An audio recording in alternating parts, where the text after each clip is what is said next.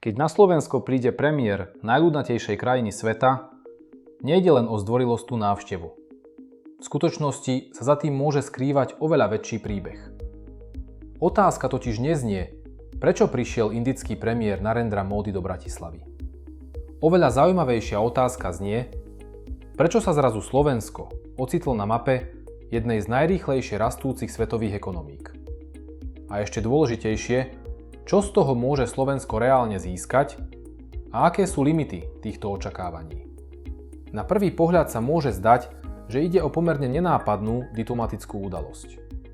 Slovensko je krajina s približne 5 miliónmi obyvateľov a India je štát s viac ako 1,4 miliardy ľudí. Rozdiel o veľkosti ekonomiky, populácie aj geopolitickom vplyve je obrovský. Napriek tomu sa práve teraz uskutočnila historicky prvá návšteva indického premiéra na Slovensku. A to už samo o sebe niečo naznačuje. Ak sa pozrieme na širší obraz, tak nejde iba o Slovensko. India v posledných rokoch výrazne mení svoju zahraničnú stratégiu. Kým v minulosti sa sústredila najmä na vlastný región, dnes systematicky buduje ekonomické a technologické partnerstvá po celom svete. Dôvodov je viacero. Jedným z nich je rastúce súperenie medzi Spojenými štátmi a Čínou. Ďalším je snaha Indie diverzifikovať svoje obchodné väzby a nespoliehať sa len na niekoľko veľkých partnerov. A práve Európa sa stáva jednou z priorít. Lenže tu vzniká zaujímavá otázka. Prečo práve Slovensko? Podľa dostupných informácií existuje niekoľko dôvodov. Jedným z nich je geografická poloha. Slovensko sa nachádza v strede Európy a už dnes je významnou automobilovou krajinou. Ďalším faktorom sú existujúce investície, najmä projekt spoločnosti Tata Motors, ktorá patrí medzi najväčšie indické firmy. Slovensko sa zároveň môže pre Indiu stať akousi vstupnou bránou do Európskej únie. A práve toto je moment, ktorý podľa mňa mnohí podceňujú. Nemyslím si totiž, že India prišla na Slovensko preto, že by sme boli obrovským trhom. Oveľa pravdepodobnejšie je, že Bratislava sa stáva súčasťou väčšej geopolitickej skladačky. Počas stretnutia Roberta Fica a Narendru Modiho sa podpísalo viacero memoránd. Hovorilo sa o technológiách, kritickej infraštruktúre, obrannom priemysle, mobilite vysoko kvalifikovaných expertov, ale aj o digitálnych technológiách. Je však dôležité vysvetliť jednu vec. Memorandum ešte automaticky neznamená konkrétnu investíciu alebo hotový projekt. Ide skôr o rámec budúcej spolupráce a vyjadrenie politickej vôle. A práve tu je potrebné zostať opatrný. Politici často používajú veľké slová ako strategické partnerstvo, historická návšteva alebo nová éra spolupráce. V praxi však môže trvať roky, kým sa tieto deklarácie pretavia do reálnych ekonomických výsledkov. Na druhej strane by bolo nesprávne túto návštevu bagatelizovať. India dnes predstavuje jednu z najdôležitejších ekonomík sveta. Aktuálne patrí medzi 5 najväčších ekonomík a má ambíciu posunúť sa ešte vyššie. Krajina zároveň masívne investuje do digitalizácie, umelej inteligencie, vesmírnych technológií a výroby. A tu sa začína meniť aj pohľad Európy. Ešte pred 10 rokmi sa veľa diskutovalo hlavne o Číne. Dnes však čoraz viac európskych štátov začína hľadať alternatívy. Nie preto, že by sa od Číny úplne odvrátili, ale preto, že nechcú byť príliš závislé od jednej veľkej ekonomiky. India sa preto dostáva do pozície partnera, ktorý môže túto závislosť aspoň čiastočne vyvažovať. Robert Fico počas stretnutia zároveň výrazne podporil pripravovanú dohodu o voľnom obchode medzi Európskou úniou a Indiou. Toto môže byť dokonca jedna z najdôležitejších tém celej návštevy. Ak by totiž takáto dohoda v budúcnosti vznikla, mohla by zásadne zmeniť obchodné vzťahy medzi oboma stranami. Samozrejme, netreba si predstavovať okamžitú revolúciu. Rokovania sa vedú už dlhé roky a patria medzi veľmi komplikované. Existujú totiž viaceré sporné body. Európa chce väčší prístup na indický trh, zatiaľ čo India požaduje jednoduchší prístup pre svojich pracovníkov, technologické firmy a exportné produkty. obe strany zároveň chránia svoje strategické odvetvia. No práve súčasná globálna situácia vytvára tlak na to, aby sa tieto rokovania urýchlili. A tu sa dostávame k možno najzaujímavejšej časti celého príbehu. Táto návšteva totiž nie je len o Slovensku a Indii. V skutočnosti je aj o Rusku, Číne, Spojených štátoch a o tom, ako sa mení celé svetové usporiadanie. Možno najväčšou chybou by bolo pozerať sa na túto návštevu len ako na dvojdňový program plný podávania rúk, podpisovania dokumentov a spoločných fotografií. V skutočnosti sa za tým skrýva oveľa väčšia otázka.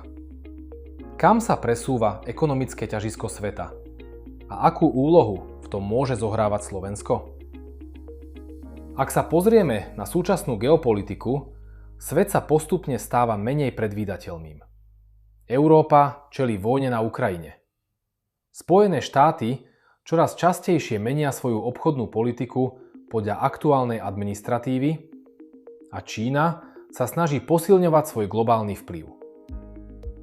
Práve v takomto prostredí začínajú štáty intenzívnejšie hľadať nových partnerov a budovať si tzv. Záložné ekonomické vzťahy. Niektorí odborníci dokonca hovoria o tom, že už neplatí staré pravidlo maximalizácie zisku za každú cenu. Čoraz viac začína dominovať princíp bezpečnosti a odolnosti. Inými slovami, krajiny sa pýtajú, čo sa stane, ak sa niektorý z ich hlavných partnerov dostane do konfliktu, krízy alebo výrazne zmení svoje politické smerovanie. A práve tu začína India získavať obrovský význam. India sa snaží udržiavať pomerne nezávislú zahraničnú politiku. Na jednej strane spolupracuje so Spojenými štátmi, Európou a Japonskom.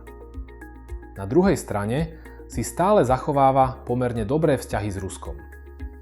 Niektorí analytici tento prístup označujú za pragmatický multivektorový model, ktorý Indii umožňuje spolupracovať s rôznymi mocnosťami bez toho, aby sa úplne zaradila do jedného geopolitického bloku.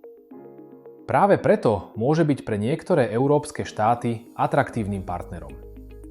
Samozrejme, tento vzťah nie je bez komplikácií. Jednou z tém, ktoré sa pravidelne objavujú, je postoj Indie k vojne na Ukrajine. India opakovane odmietla zaujať jednoznačne protiruský postoj a zároveň výrazne zvýšila nákup ruskej ropy. Západní predstavitelia tento prístup viackrát kritizovali. Indická vláda však argumentuje tým, že jej prioritou sú vlastné národné záujmy a energetická bezpečnosť krajiny s viac ako miliardou obyvateľov. A práve toto môže byť zaujímavé aj v kontexte Slovenska. Robert Fico dlhodobo zdôrazňuje suverénnejší prístup v zahraničnej politike a otvorene hovorí o potrebe pragmatickej diplomacie. Preto odborníci neočakávali, že počas tejto návštevy budú dominovať kontroverzné témy ako ľudské práva, sloboda médií alebo indické vzťahy s Ruskom. Naopak, hlavný dôraz bol položený na ekonomiku.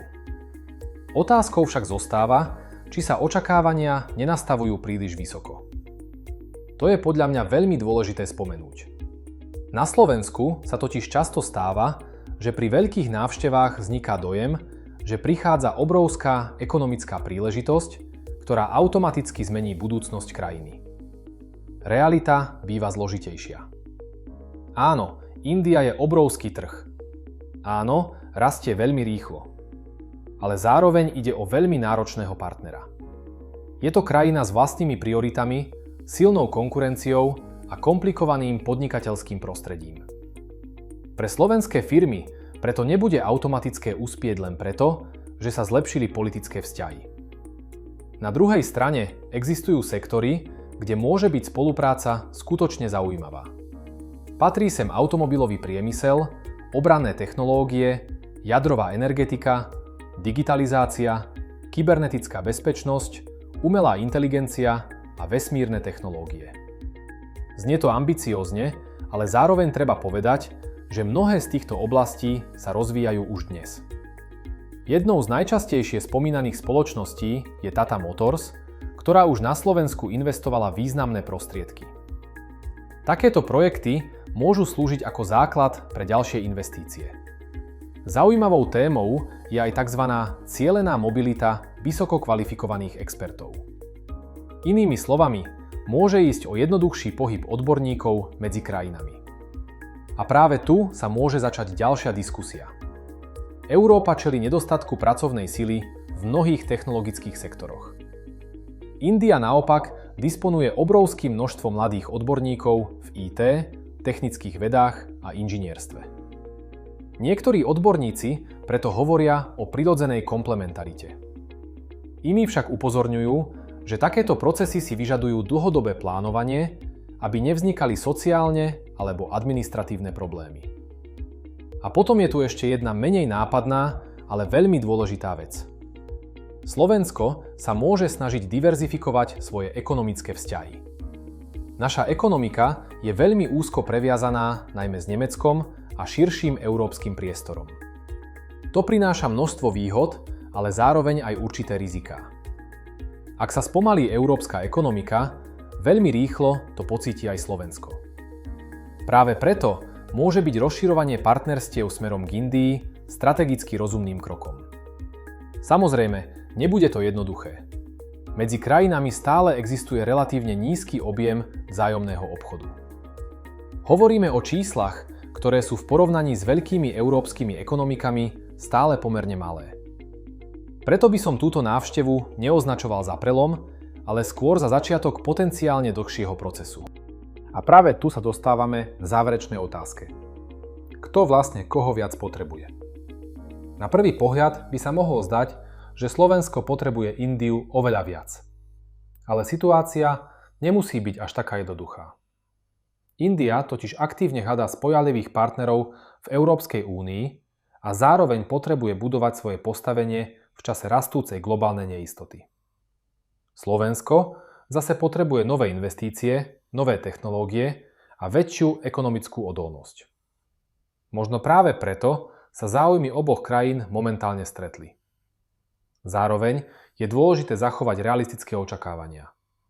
Jedna návšteva sama o sebe nezmení ekonomiku Slovenska ani geopolitickú mapu sveta.